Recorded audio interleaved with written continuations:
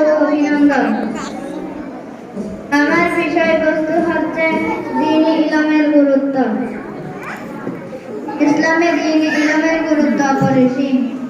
মুসলিমের প্রতি ইসলামের প্রথম বার্তায় ইকরা পড়া, ইলম অর্জন করা।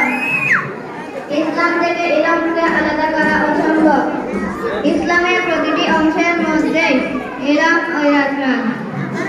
দ্বীনি ইলম ছাড়া যথাযথভাবে ইসলাম পালন সম্ভব নয়।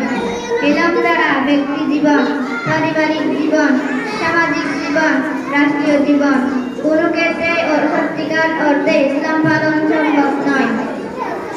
উমর ইবনে আব্দুল আজিজ রাহমাতুল্লাহি আলাইহি বলেন, যে ব্যক্তি ইলম দ্বারা আমল করবে সে সঠিকভাবে যতটুকু করবে না করবে বরবাদ করবে তার চেয়ে বেশি।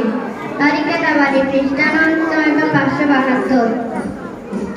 দ্বীনি ইলমের বিভিন্ন স্তর ও ভাগ রয়েছে। একটি ফরজে আইন, অপরটি ফরজে কিফায়া। ফরজে আইন বলা হয় যা শিক্ষা করা প্রত্যেক মুসলমানের জন্য অপরিহার্য। বিশেষভাবে